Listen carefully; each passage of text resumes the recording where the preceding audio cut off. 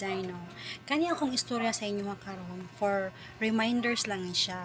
Kung kamo gusto mo moapilo ka ng kapunungan, kanang para mo lago inyong kwarta, gusto mo invest kay sayang pud yung kwarta kay matulog ra, may narang pud unta nga mapautang, may narang pud unta mudako siya.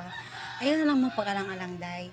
Pero kani akong istorya dili man gid ni siya hinon sa tanan, pero naa yung mga nahitabo manggod nga gi-invest ang kwarta then pagkabot sa isa ka tuig kadahom ka nga kanang nanakay magasto, nanakay ka ng magamitan sa imong kwarta kay lagi legit.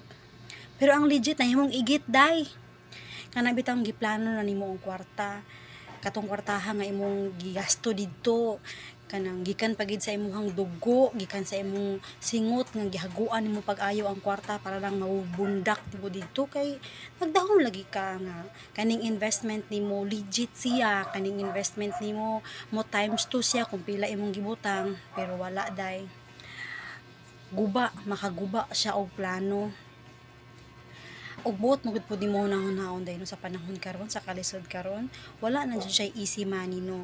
Tanan gid siguro haguan nimo kung naa kay kwarta diha nga plano nimo siyang invest, pero which is kung ma-invest nimo siya sa mga tarong nga mga investment, sa mga legal nga mga pag-invest, wala problema.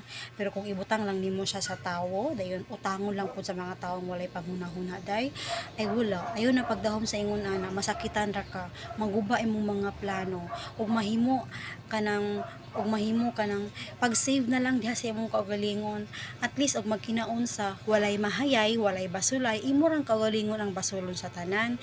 Kay kung imo pa nang ipahawid sa laing tawo day, kansi ka, luoy kay ka sa nga tanan.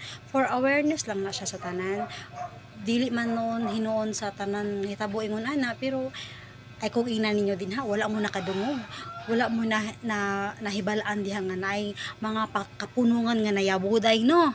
I'm sure naaman jud. Isa pa dili lang pud na siya ingon nga kanang sa laing lugar nahitabo, daghan kay nang nahitabo karon day. Kani akong gibati gipagawas lang nako day ba kay kani lagi maglagot lagi ta sa panghitabo nga kani ang atong kwarta kana bang gihaguan nato day, nagdahom kay ta. Unsay nahitabo? Mahugno ta.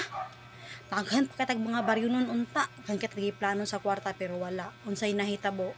Nayabo ang legit na himong igit.